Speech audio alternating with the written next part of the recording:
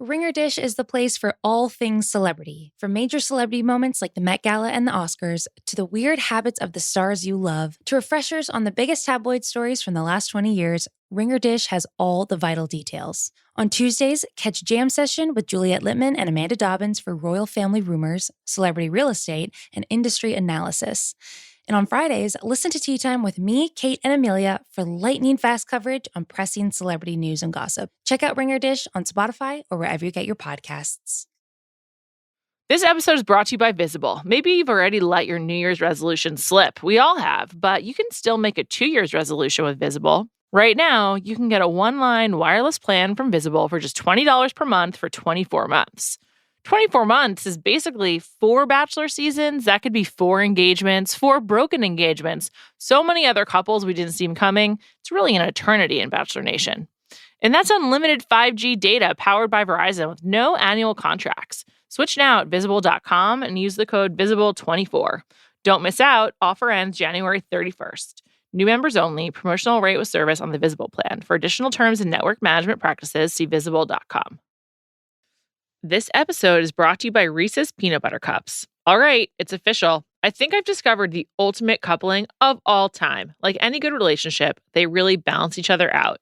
One is super sweet, and the other, well, they can be a little nutty sometimes. It is, of course, Reese's Peanut Butter Cups, the perfect combination of peanut butter and chocolate. So perfect, some would call it true love. Find Reese's now at a store near you.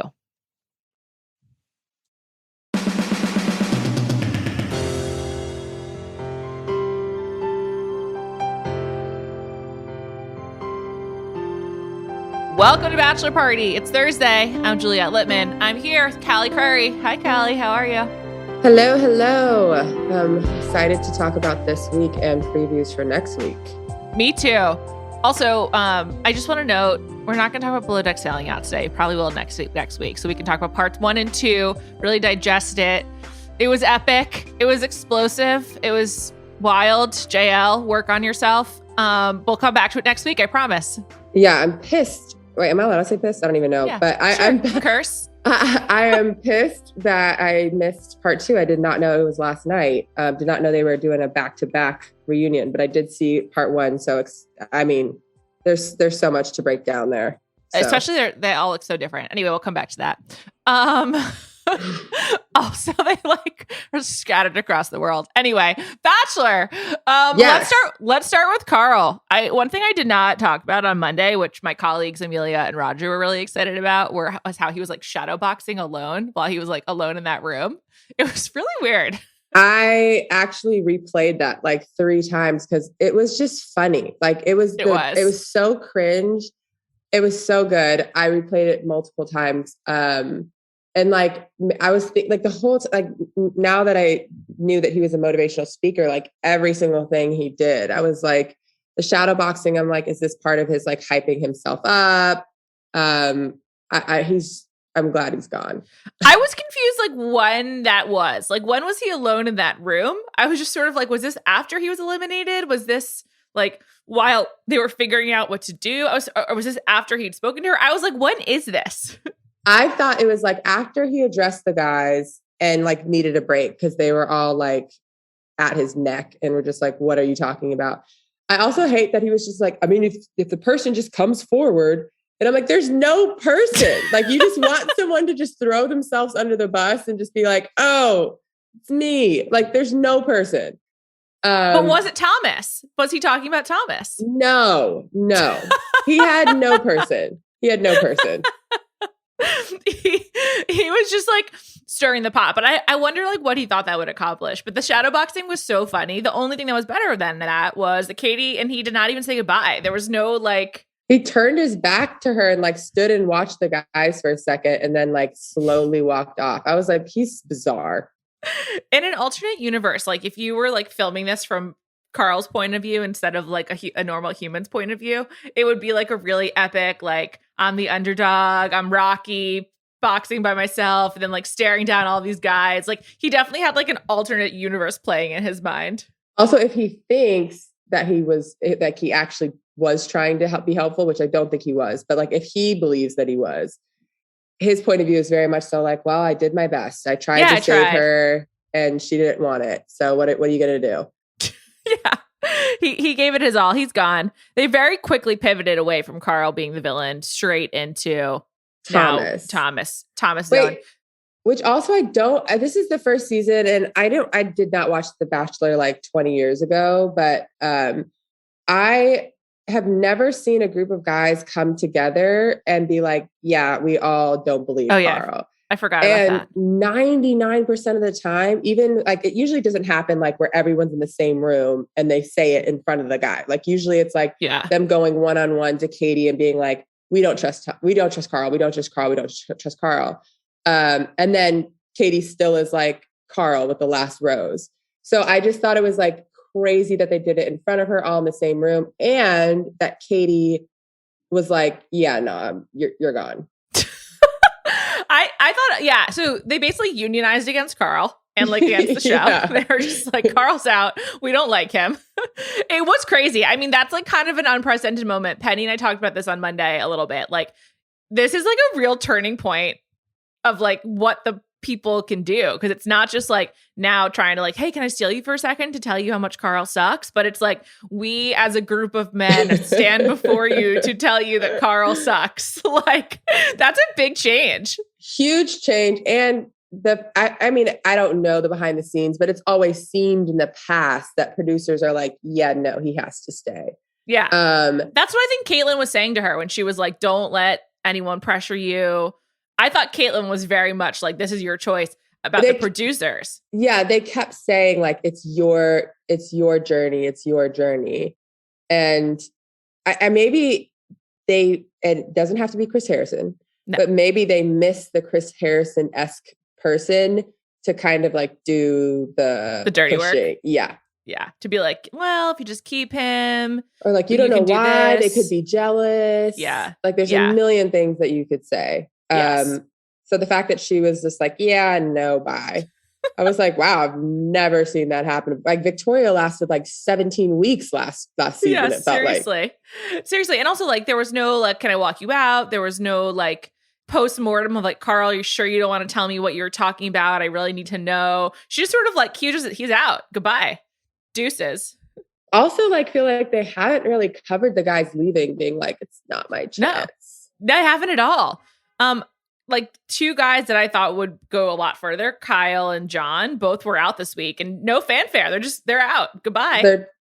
Which I feel like is not good for their like, long longevity and Bachelor franchise. And also I hope they have jobs. Not good for their follower count either. Like how are they going to get those numbers up to start pushing product? How are they building their platforms? Yes, exactly. Unfortunately, like the rest of us, they have to go back to work. So good luck to them. Even Karl, I really wonder, what his like 3 episode will get him on the speaking circuit. He's up to 40,000 followers. To be honest, I don't remember how many he had before, but I would say that's a lot for someone who is objectively unpleasant. 40,000. I mean, who wants his content? Not me, but I also think that his name was said so much that there's probably like accidental follows or just true. Like, I feel like there's people that just like anyone relevant on the show, they're going to follow. Good, bad, the ugly. Like I'm sure Victoria has a ton of followers, right? Queen Victoria? Yeah. Yeah, I'm sure she does too. I mean, she must like she has. Or like Corinne got like 1 million followers off of being a crazy person. Victoria only has 60,000, which is actually quite low, I would say. I'm like shocked. I thought these people had like hundreds of thousands of followers following the show. She also looks completely different. So she's heavily face tuning. She's gone blonde and it's really, oh my God, she just looks so different. I'm texting this to you right now. I need to look her up. It's pretty insane. I'm just like, okay, I would not have recognized her. Looks great. She looks so much better. I do not have the Facetune app. I'm not artistic at all. But like, there's definitely pictures that come across my timeline that I'm like, I like wish I could just do like a little tweak on myself in pictures. I just don't know how to do it. Like I will end up looking crazy if I try. I don't even know how it works. Also, I don't have like a lot of pictures of myself. That's actually one of the most mystifying thing about everyone who goes on The Bachelor and really reality TV is they have so many photos of themselves. Like who's taking them? Like So I have a lot of friends that have a lot of pictures of themselves. And I would say like influencers are like totally fine, especially like younger generation, of asking people to take pictures of them, whether it's they're like friends, family, random on the street. If you drive down any street in LA, you're going to see like multiple influencers getting pictures taken of themselves. It's just not for me. I hate it. I get super awkward. And I would say in general, like I'm a very confident person. I cannot stand like someone taking my picture. And I don't think I realized that until I went to Italy with my in-laws. What part? We went to a bunch of cities, but this specific instance was in Naples. Wonderful. And so beautiful. Great place to take a picture. And it was for Aisha's birthday, and a lot of her friends are also influencers. She's obviously an influencer. My sister-in-law Sadel's an influencer. Everyone's like getting their picture taken. And they're like, Callie, like, go take a picture. And I was like, what? Like, this is so... I'll text you the pictures of me afterwards. I might post it on my Instagram so that everyone can see it. Yeah. It's ridiculous. I cannot be in front of a camera. It's embarrassing. And like at that moment, I was just like, yeah, it's not for me. Oh my God. Like they were crying, laughing at me trying to like pose. I always end up doing like 2 peace signs. Like I just don't know what else to do. Like I hold them up. I'm also very, very awkward. I'm like, I'm good. Just no pics, please. So awkward. And then like, I'm thinking like, okay, what do I see on Instagram? Okay, should I look down at the ground? Do I like pop my hip out? And it just looked so bad. It's so bad. I'm going to post it because I don't care anymore. It's such a terrible picture. But seeing everyone else's pictures come out, and I was just like, dang, like I'm never going to get that photo shot like that. This is not going to happen. Do they edit them like on the spot, or do they just like know how to do it, throw up a filter and they're good to go? Yeah, I think it depends on like what's happening, but a lot of it is like, it seems to be like a whole operation that just works very smoothly, and I don't have it. I need to go inside this world. I so don't get it.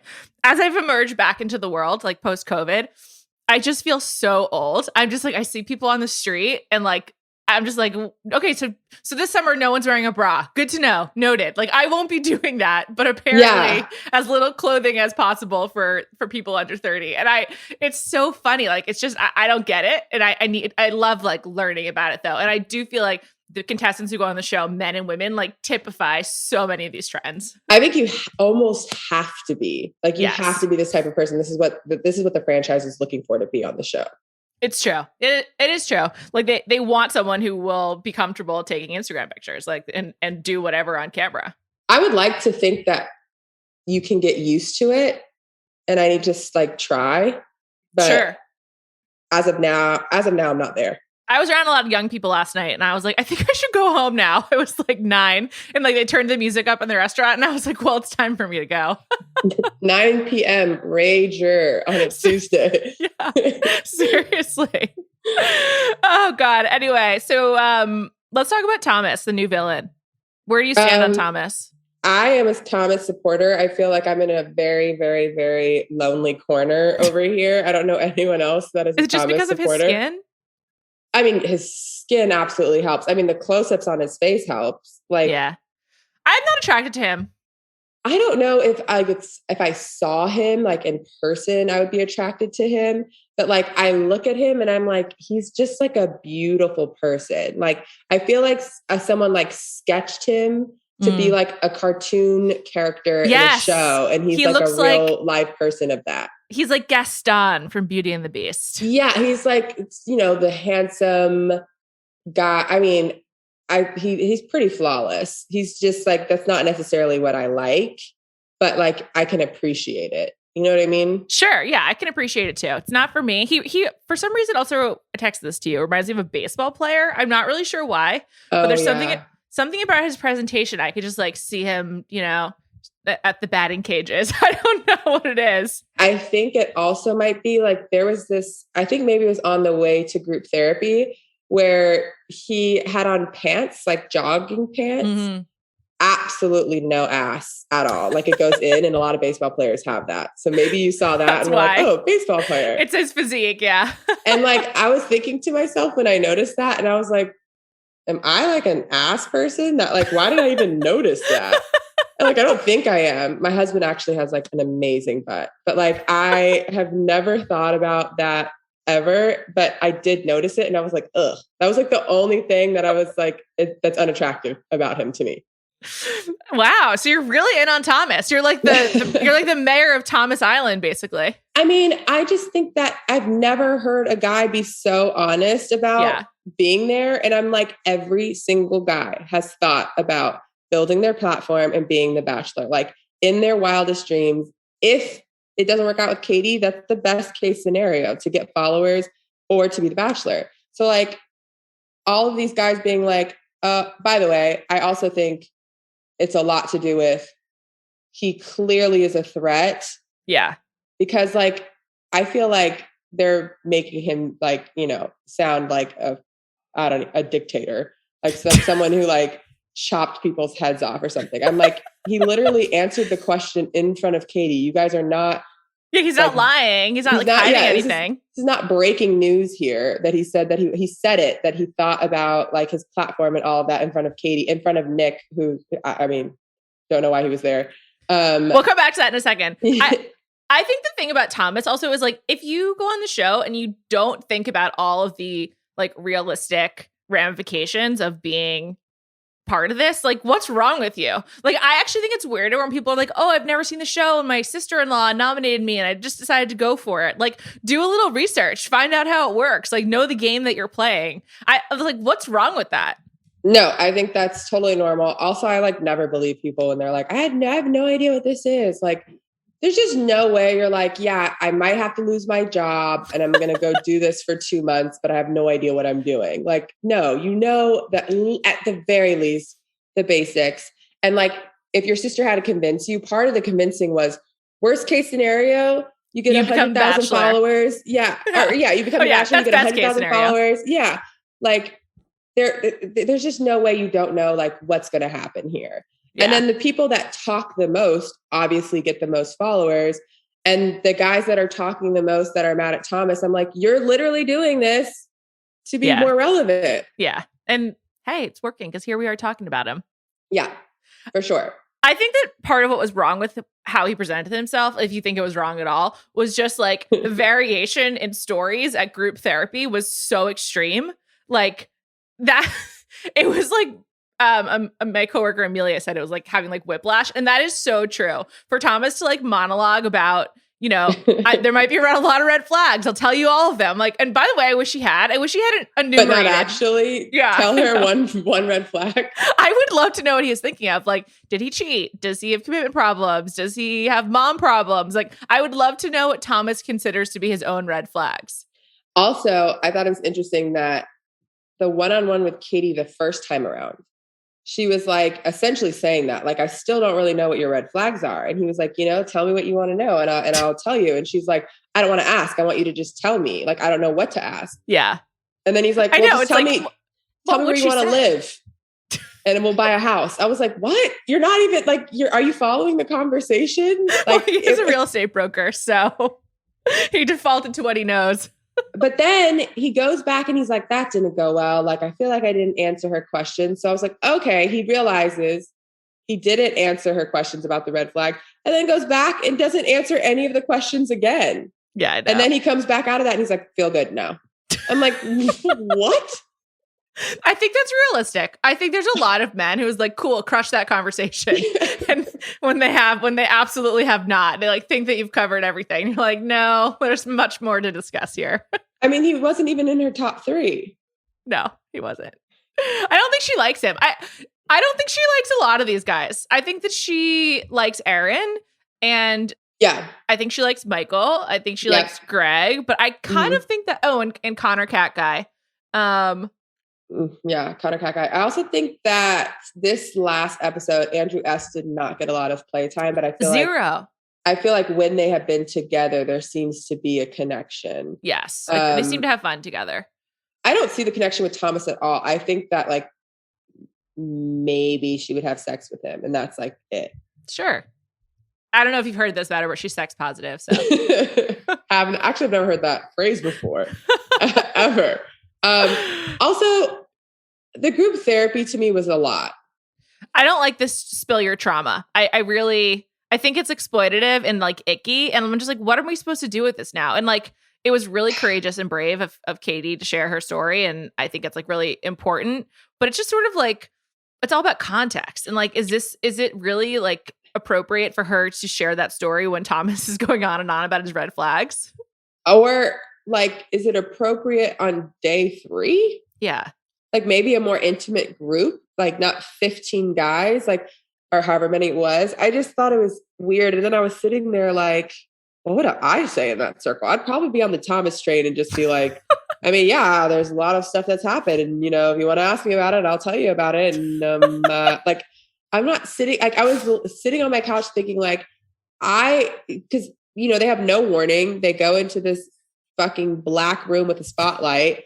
Like, so weird. What do you come up with? I'm like, what if some of these stories aren't even true? And they're just like, I got to come up with something. Like, not everyone has something that they either A, are comfortable talking about, or B, that is like as traumatizing as some of the other stories. Right. And also committing to Katie and like, quote unquote, letting your walls down is not the same as like telling all the other guys about your stuff too. Like it could just be private. Just be like, hey, Katie, I don't know. I haven't been the father I want to be. And I want to work on that. I just want you to know, I know it's a problem, but you don't need to tell all the other dudes too. No. Yeah. I thought it was weird. I also was just like Nick legitimately did not ask a question. Well, what could he possibly gain? I mean, that whole date was a no-win for literally everyone involved. Like, Nick pretending to be Dr. Drew in any capacity in that date is not a good idea. I will say Nick does that on his podcast. I don't know how much you follow the Nick Viall podcasting industries, but on Sundays on his Instagram, he does questions with Nick and he gives out like a lot of relationship advice. It's like 30 slides on Sundays. And then I think he's doing a book of like dating advice. And then he does it on his podcast too. So like maybe that's why they thought that. But Nick is like a good friend of mine, but I don't think this is the right role for him. No, I didn't think they utilized him. Like, I feel like Nick is like a pretty prominent Bachelor franchise figure. Absolutely. And I'm like, was this the right date to bring him on? Well, like, what would you like to see Nick doing? Legitimately anything else. Like, here's what Nick is famous for within The Bachelor. He's famous for getting into the fight with Josh Murray. So when he was on Andy's season, he's famous for having had sex with Caitlyn before the fantasy suites when they were drunk in Ireland. Mm-hmm. He was famous for having been on the show like 5 times. Yeah. So just like, what can we build on here? Like, those are pretty unique to Nick. I'm just like, everyone or I guess people either hate him or love him, but I think he's more loved now. Yeah, for sure. Yeah. Give him more than 6 words in an episode. It was really weird. I think that I'm sure that he did say a lot more and they just like didn't show it. I don't know. Cut it all out. I mean, I have to assume that Nick is not shy to speak. I will tell you that. No, or that, you know, they just sat down in a circle and they just went from guy to guy telling stories. Like, I would have to assume there's some breakup between the trauma. I really hope so. This episode is brought to you by eBay Authenticity Guarantee. eBay knows that when it comes to jewelry, authenticity is the real gem.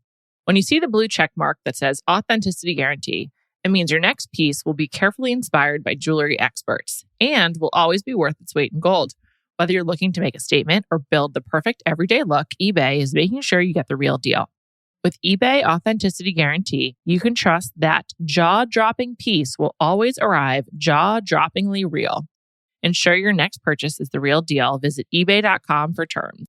This episode is brought to you by Visible. Maybe you've already let your New Year's resolution slip. We all have, but you can still make a 2 year's resolution with Visible. Right now, you can get a one-line wireless plan from Visible for just $20 per month for 24 months.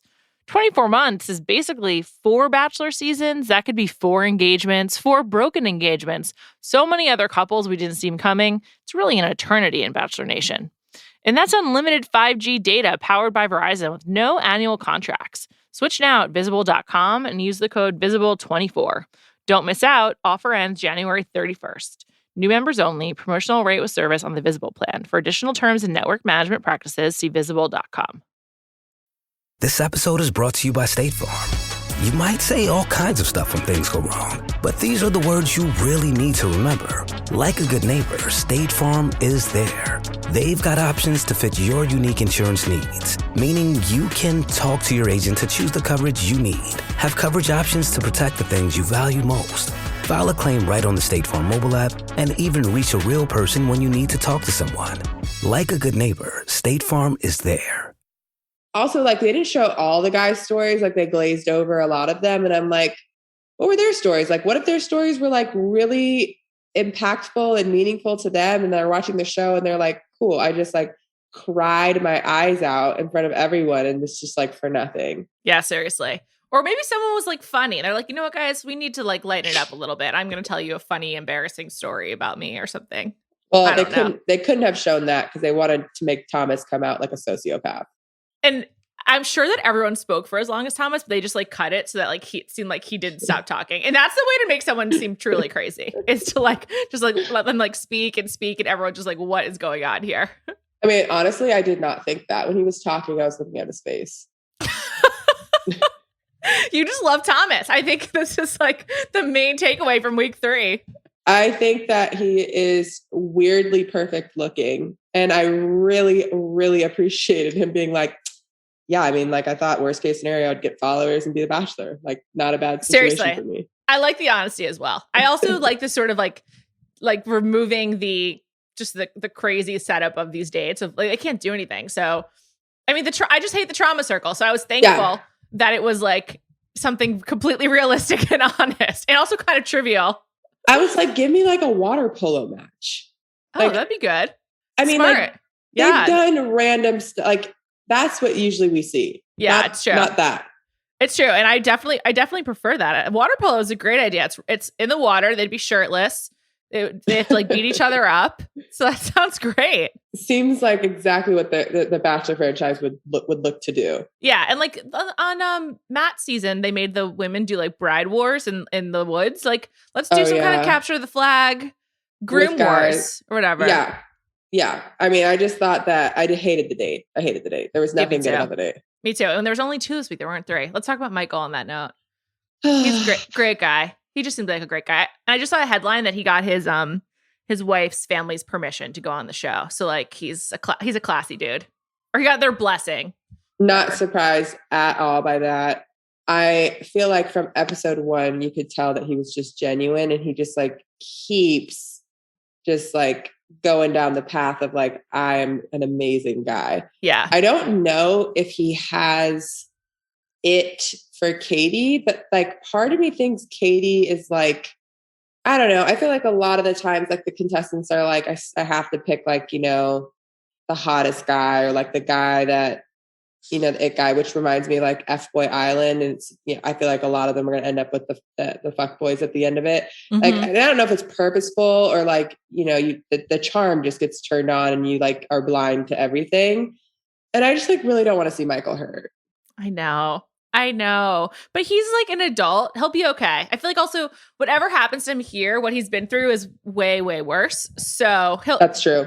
I feel like he's resilient. I think it'll be okay. This seems like it'll be really good for him no matter what. And I also like how when Mike was, you know, representing the Confederation of Men against Karl, they like panned over to Michael to like see him like nodding his head. Like he's sort of like the voice of reason and like the one we're supposed to trust. Like he's been established as like the good guy with the right perspective. I mean, I think it would be really hard for like the editors to try to make him seem anything other than like the good guy. Yeah. I was going to say though, I do think that Katie seems different than other bachelorettes. Like, I feel like she actually does think like, I mean, if I really do want to get married, this is the type of guy that you would want to get married to. Yeah. Yeah. I thought she seemed freaked out on the date with Michael. I thought she seemed, but I almost think it's like she's freaked out because she likes him and like there's a lot more to him than there are many of these other guys. And it's sort of like, do you want to jump into a more complicated situation or do you want to go for like easier route? But I thought she seemed freaked out. I also just like loved how he spoke about his wife. I know. It was so beautiful. It was so good. And at the same time, like him being honest, like, I know that's like a lot for someone who's dating me to hear, but like, I'm not going to date anyone without them knowing that this is what it really is. Yeah. Yeah. It's very Sleepless in Seattle. I mean, he's just like, I love Thomas, but like Michael's my number one. Of course. Thomas is great TV. Michael's a great guy. Yeah. Like you want to see Katie with Michael, and you hope that Thomas sticks around for a while. I think he will. I think they both will. I do too. I also thought that Michael was just like, he just has a real like presence to him. Like he just felt like more substantial, interesting person. They went on the ATV together, right? That was their date. Yeah. And he just went with it. ATVs are always really boring for me. Oh, I love ATVs. I've never been on like one. I'm about to like break my leg. I love it. I've never been on one, but I don't think I would like that. But just like watching someone ride an ATV, I'm just like, this is boring for me, but okay, whatever. Yeah. It's so much. I mean, I'm definitely like a daredevil type of person. So would you want to go on like a bungee jumping date? 100%. Wow. What's the one thing you won't do? Like, what about skydiving? 100% would do skydiving. I would say that like after kids, skydiving freaks me out a little bit more. Like before kids, I would have like jumped out of 700 planes. Now I'm like, I really got to make sure I live after this. Well, we did see what happened to Rachel Kirkconnell. She like got a concussion jumping out of the plane. So also, I thought that was like one of the best parts of that whole entire season. When she fell? I mean, it was just so funny. I obviously don't want anyone to get hurt. It was just like a funny scene. And like when she sat up and had like the grass all in her hair, and then 2 seconds later, she was like perfectly like hairbrushed, everything. So I'm like, I know. I'm like, she must have really got fucked up for them to be like, wait, let's stop the cameras for a second. She hit the ground really hard. Well, they probably were worried about some kind of liability or something like that. So they like had to take it really seriously. The season was just so dark. That was just like one moment where I was like, that was actually really funny. Yeah. It was like a moment of levity. Yeah. I hear you. What about swimming with sharks? Would you do that? No. Nope. Okay. I don't do anything with the ocean. Okay. So this is like a land and air thing for you. I'm the opposite. I'm like, let's go into the water. Let's go. But I don't want to break my spine. So, but I'm happy to, do anything in the water. There's way too many things in the ocean that can kill me, on top of the fact that like the literal ocean can kill me. Like just pull me under in the undertow and I'm done. Like I think the ocean is beautiful. Love looking at it. I'll go up to my ankles. That's about it. And like, oh my God, I'm the complete opposite. I'm just like, I love swimming in the ocean. I love a big icy wave. Like I'm all about like, the Northeast. I'm like, cool, New York, Massachusetts, let's go swimming. I'm ready to go. I've never even been to the Caribbean. I'm just like, I've only been to Mexico one time. I've been to the Mediterranean, but like I've barely encountered like warm ocean water, and I like love it. I mean, I lived in Florida for half my life and I still do not like the ocean. Well, Florida's got a lot of sharks. By the way, when I say ankle deep, it's in clear water. I will not go ankle deep where I can't see my toes. That's not happening. Not happening. Okay. All right. Well, you can take all the scary dates where we'd ever be on The Bachelor together, and I'll take all the water dates. I think I would honestly like, I love how the guys are always like, I'm doing this for you. I'm not getting in the ocean for anyone. Wow. Did you ever do you like swimming? Do you like to go in a pool? Love swimming. Love a pool next to an ocean. I'll get in the pool. I'm not getting in the ocean. So Mexico really is perfect for you. I feel like the West Coast of Mexico, the Pacific side, is like, that's really how they do it over there. Ideal. Cabo, you can see the ocean, you can hear the waves. No one's getting in it. Also, Malibu is good for that too, because not great ocean swimming there. I don't like it that much. It's too rough. It's scary. I mean, my parents had a house in Malibu. I've never touched the ocean water in Malibu ever. It's cold. It doesn't really warm up, but I mean, it depends on the day. It's scary. There's no lifeguards. Also, living on the East Coast or Florida, Texas, I'm so used to clear water that like, yeah, for me, I'm like, no. Okay. So like when Tayshia and Colton did their skydiving and they did their bungee jumping and she like almost injured herself because she didn't jump down, that looked appealing to you. I mean, her journey was not appealing, but yeah, I would have done it. Bungee jumping's fun. I like recently went to like a little carnival thing with my daughter and there was like baby bungee jumping. Oh my God. And I was like trying to get her to do it and she was not having it. All right. She's more cautious. Well, maybe she'll get there one day. I mean, interesting. She's 3, so she has time.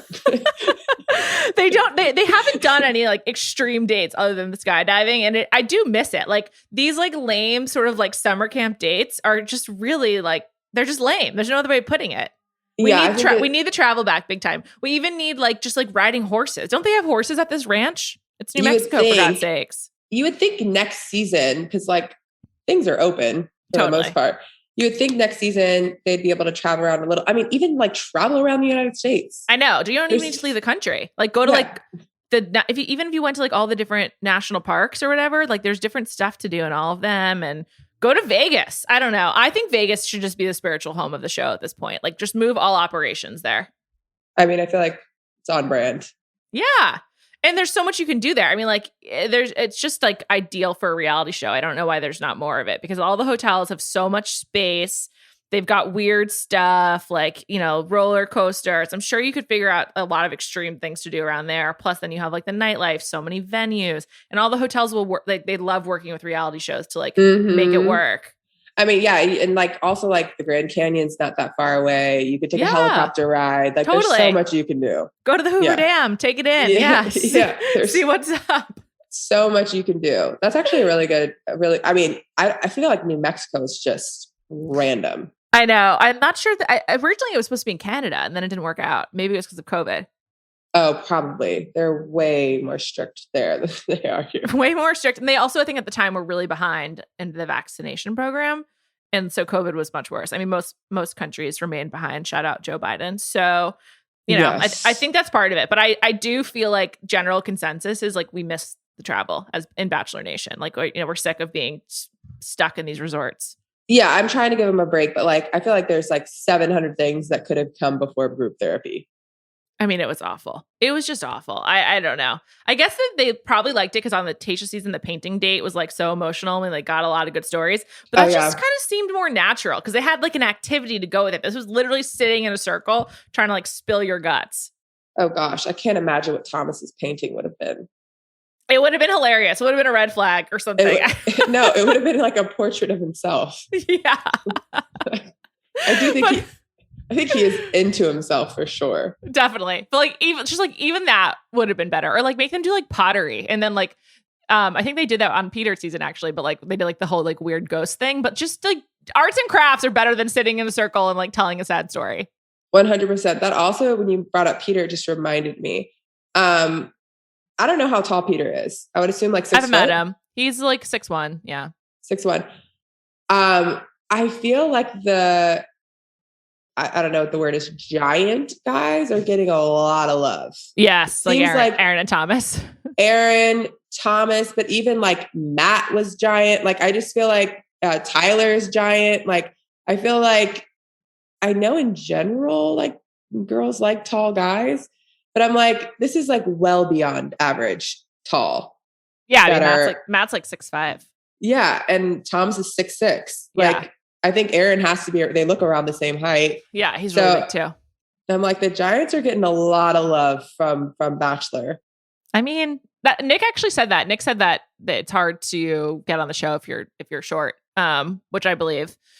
I mean, you know, as a tall guy lover, I get it. So I'm not really sure what to say about that. I'm a tall guy lover, but I feel like 6'2" is like tall for like normal people. Yeah, totally. Peter has like a pretty tall presence. I actually saw Peter like about 15 months ago, right before the pandemic started. It was February 2020. And he was like so anguished. Like he was clearly still trying to, it was like post show. I don't know like what was going. I mean, I don't know if he'd broken up with Hannah Ann yet, but he was like in a really dark place. And like the kind of like the aura around him was like poor Peter. It was it was sad. But I think he's had like a pretty rough go. I think he's like really happy now. He lives in New York. He parties. He lives with Dustin from his season with Hannah, who is, I think, beautiful. They like go out all the time. They've got a podcast. We're all podcasters now. I think he's doing just doing fine. Yeah, I just feel like we're in the era of like, we know everything about these people now. Yeah. And like, I don't know if it was like maybe the season before him, his season, where it's like every detail comes out, even post-Bachelor. Like, I don't need to know everything about your and Kelly's relationship, but I do. I don't care. I never liked Kelly. I think it's because I know she's a Trump voter. So I really never liked her. Oh, I did not know that. Yeah. I mean, unfortunately, I just couldn't see past it. That was that for me. But back to Michael for a second. Tough beat for the other dad on the season was Hunter, who like his storyline this week was like how he's not a good father compared to Michael, who's like a saint. And then I believe Hunter is in recovery. I think that he has like some addiction in his past. And I feel like we didn't get like his whole story. Like maybe he shared that revealed, as well. Right? Yeah. That was not revealed. No, it wasn't. But if you look at his Instagram, I believe he like has posted about it and everything, like has like struggles with addiction and everything like that. Interesting. Like a few years ago, he posted that was celebrating 10 years of sobriety. And so I don't know where he is with his sobriety right now, but like there's clearly more to Hunter's story than what we got. And you have to guess that factors into some of his, his relationships in general. So I kind of like felt bad for him. Like maybe let's not only idolize one of these guys. I didn't know about the addiction or recovery. I mean, 10 years sober is certainly something to celebrate. Yeah, it's amazing. But I was thinking during the trauma circle, I'm like, you can legit say anything right now. And as long as you admit it and say it was wrong, you get a free pass. Like if I was like, I was young and I was dumb and I murdered this 80-year-old lady, but like I learned my lesson. I was like, they can say anything right now and it's okay as long as you admit it. It's kind of like the purge. It's like, just purge yourself and you get a free pass. Not sure like how that worked exactly, but it seemed like that was the case. And so I was thinking that was Hunter was like one of the people I was thinking of when those thoughts went through my head. Did not know about the other part of him. And I only learned it after the fact too. Someone sent it to me on Instagram. Thank you to, I believe Danielle sent it to me. I also say that the only thing that like, okay, fine, I'll give Hunter a pass was that he seemed like very genuine when he was telling his, he did. So, also that's like I don't know, like if I'm the Bachelorette, like that's a lot. I know. That's the thing is I feel like ultimately as the lead, you gravitate towards people who are like easy to be around. Cause it must be such an overwhelming experience. So you're just like, all right, enough already. I just want to talk to whoever is easier for me. And like, that's that. Yeah. Because it's just otherwise really hard. I mean, I think the relationships are pretty tough post show regardless. Yeah. So like adding 7 layers on top of that, I'm like, it just cannot be easy. I think another thing that must be really hard too is when you're on the show, so much of like the way you communicate is completely abnormal. I do think there's like parts of The Bachelor that like do resemble the actual actually like what dating is like some of it, like just in terms of like how people respond, like some of like some of the emotions of like why do people get so upset, like why do they get so worked up? It's because like you just get invested, right? But that's kind of it. And I think the most radically different thing from real life is like how people talk to each other. Like it's not normal the third time that you meet someone to be like, I'm letting my walls down. I think I might be falling in love with you. Like it just like moves so fast and the communication is so direct that like then when you leave the show and you're like, okay, now we're going to be a normal couple and like get to know each other and try to like figure out how we talk to each other without like freaking each other out and be like, I'm all in. Let's get married after 6 weeks. Like must be really hard and freaky. I didn't think about that, but that's like my husband is like not a communicator. He's really, really quiet. But I feel like if he was on a show to win like someone's heart, he's going to be like telling them how much he loves them and like overly communicating. Then you get off the show and you're like, hello? Yeah. Like where's the affirmation and validation I was expecting? What's going on? Like, I have to assume that happens a lot, right? I think it must, because I think that's like, whenever I watch, I'm just like, no one would ever talk to each other this way if they actually liked each other. Like, I mean, I just could get really used to hearing how amazing I am 24/7. Same. And then post show, it's like, wait, I'm still amazing. What's going on? Yeah. Like, why haven't you told me how great I look today? Or why haven't you said that you're like, all of your walls are down? Like, not, because that's the thing is like, they have to like tell each other how they're feeling. And that's like, particularly on The Bachelorette, men don't really do that very frequently. No. So that must be such a weird thing to adjust to afterwards that I think probably makes it really hard after the fact. Also, probably people just want to have fun. And like you come out of this like really intense, like bleeding heart situation. And then afterwards you just have to like live life. And it's like kind of like it must be a big come down. I'm acting like I've been on the show. But I'm just what I assume. No, I also never in a single relationship. And I don't know if it's me, but like I've never been called beautiful every single day. Of course not. Also, Ever. Probably don't look beautiful every single day. No offense, Callie, but who does? I don't know. There's definitely days where I'm like, wow, my parents did some great shit. They did great genetics over here. But yeah, no, seriously. I'm like, you don't look beautiful every day. I don't need to hear it every day. I mean, I actually really like hearing it like once every 6 months because then when you hear it, I'm like, whoa. Must be real. I look fucking fantastic today. Yeah, exactly. And I feel like with Katie, I can't really tell. I feel like she doesn't crave that positivity in the same way. I'm really saying this based on Greg because I can't get over how little he touches her, even though I think he's the front runner. I just think he has his love language is definitely not physical touch. And I'm like, I'm curious actually, like what hers is, because I don't think I've really figured that out, except that she really likes emotion. But I can't really tell like what like hooks her other than that. Like, is it just like saying how you're feeling? Because if so, if her relationships are doomed, that's not going to happen in the real world. If I had to guess for Katie, I would say quality time. I feel like she's like someone who like wants to spend like good quality time with someone. Mm-hmm. Interesting. I don't think physical touch is hers. No, it's not, because first of all, we were texting about this. Her kissing is weird. And it's also very like, there's not a lot of like touching to go along with the kissing. It's like very like, just like head driven. Maybe that's what makes it weird to me, because like most people like will hold a face or chin or something. Yeah. And they're kissing.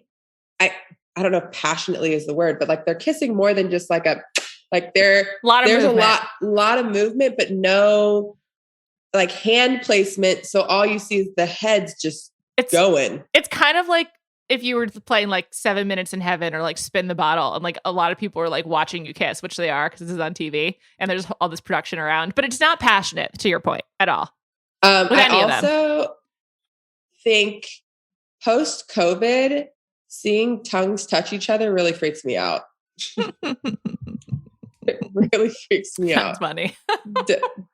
Don't like it. I feel like it's not like I don't close my eyes, but I feel like I'm making a face when she's kissing a lot. Like, ugh. I think also I just don't really find these guys particularly appealing. So I'm just like, ugh, I don't know.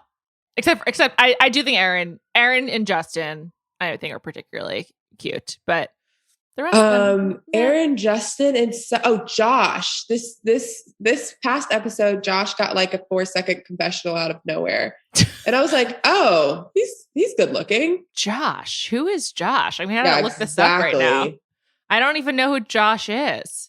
Oh, Josh. Oh, yeah. Interesting. I thought he was good looking, and I don't. Yeah, he was cute.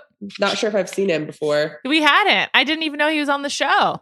I'm looking at his bio right now. Josh starts celebrating Christmas in October. That's too soon, Josh, but okay. I hate Christmas carols, so it's not for me. I'm Jewish, but I like Christmas. Josh hopes to travel to Asia one day. So good luck, Josh. Hope that works out for you. I didn't even know he was on the show. Yeah, it's a weird bunch. He is cute though. I feel like there's a lot of guys though that I'm like, who are you? I know. They're focusing on like 4 guys really early. Yeah. And like one of the main focal points is gone. It was Karl. Yeah. Yeah. I was kind of surprised there wasn't more Mike. I bet Mike goes home next week. There's a few guys though I think we'll learn more about. Like I think we'll learn more about Andrew S. I think we'll learn more about Brendan, the guy that came in the box. Box guy. Oh no, that was James who came in the box. Brendan is the firefighter. Oh, firefighter. Brendan, James is the box man. Oh, do they look alike? A little bit. They're sort of just like, yeah, they have I'm coiffed hair.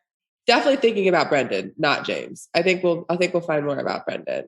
I don't even know who's gone though, because like to your point, like they've focused on like 4 guys. I'm like, is Gabriel still there? I don't think so, but like they just because they don't show the exits. Yeah, he was he was the one who did like the breathing with her on night 1. They like took the deep breaths together, which I was into. I haven't seen him since. Yeah, like I don't even know who's there and who's gone because they don't show anyone on the way out. They should really X people out on the website once they leave. It would be a big help. That would be very helpful. Yeah, we need a cheat sheet of some kind. I think we'll learn more about Justin too. Me too. I look forward to it. Justin, the painter who can dunk. So I'm into him based on those two facts. The past 2 episodes, we've heard Trey a lot, but we don't know anything about him. Totally. He's like a good speaker. I bet he'll be in paradise. I feel like that's like the kind of thing you do if you want to like set the stage for someone. Like you want us to know who they are. That makes sense. Yeah, he seems like a good guy. I'm also very interested in what's going to happen next week because Blake, he's coming. So happy Blake is coming next week. Love him. Very excited. Also, like now that you know the guys a little bit more, you got to be a little bit more excited for Blake to come in. Yeah, we need to stir the pot a little bit and like let's bring in an external force. Like I'm sick of this right reasons. I don't want to hear anyone say the right reasons ever again. I'm done. Right reasons, sex positive, can go in a box and be shipped away. Yeah, exactly. We're done. We're done with those. Yeah, I am excited for Blake to come in. Also, I'm curious to see how the guys respond and also how many of them know who he is, which I always find interesting. I'm so excited for Blake. He'll definitely be in my top 3, I think, as long as he doesn't like fuck this up. I'm very excited for him. Don't fuck it up, Blake. And then I am also curious if like the guys are going to unionize against Thomas and be like, we want him out. And Katie's going to be like, well, I want to fuck him. So sorry. One thing about these resort settings, I talked about this a lot with Tayshia's season.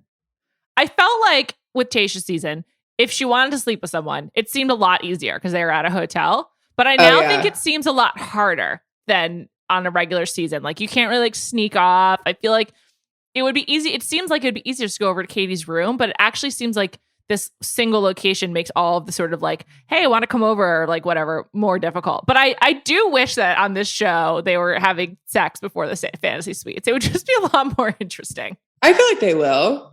I hope so. I also just feel like it needs to like move away from like, oh, it's a big deal. Like in real life, people have sex at 30 when they go on date. Like, if she wants to, she can. That's the thing. I'm just like, then I felt the way with Tayshia too. I was like, these people are all older. They're all like in their 30s.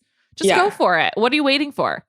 See how it is. And then eliminate if it's not good. I don't know. I just feel like, I think it's weird that it's like actually so sex free, especially after COVID. I'm like, oh, you must be so excited to be around people. A live woman. Although these are probably people who never really stopped like socializing. Let's be honest. Yeah, probably not. Thomas, he wasn't just living like a quarantine quiet life. Well, we don't know what Thomas was doing since he deleted all of his Instagram pictures and started fresh.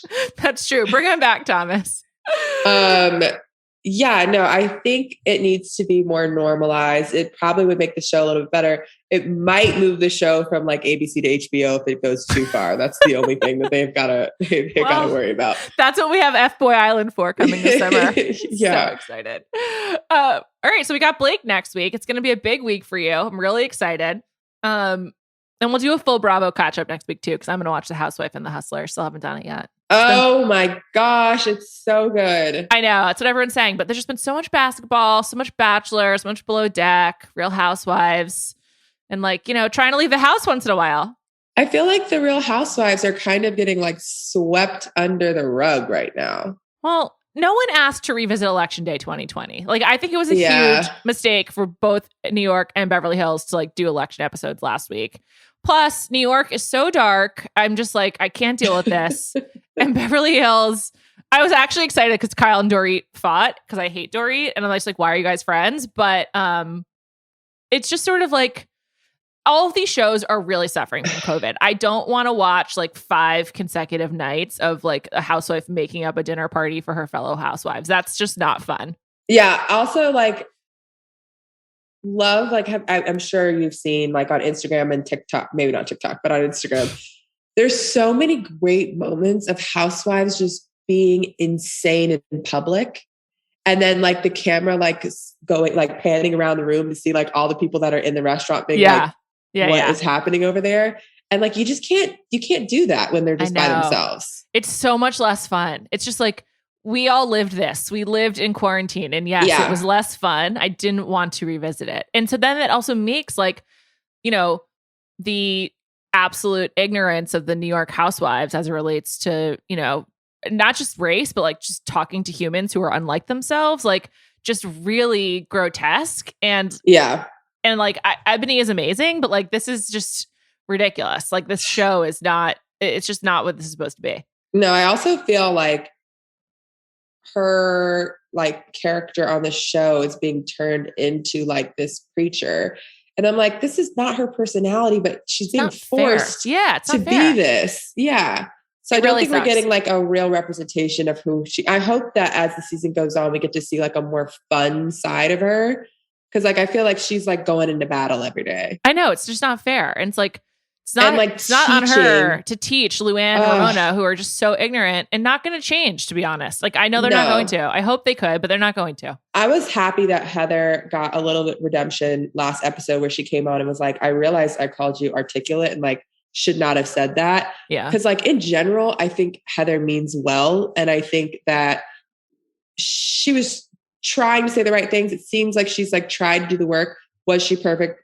No, but like out of the group, she should not be the one that's getting killed at all. She's not like fighting with Ebony over education, like who has more education when Ebony is the most educated. I mean, also like whatever. Fuck. Why is that even an argument? I'm like, how are you arguing? Luann's pathetic. Luann is just really pathetic. I hate Luann and Ramona. I really, really like turned on them. And like, I don't know. Anyway, we just need to get out of COVID. The whole world, particularly reality TV, needs to get out of COVID. It's not good.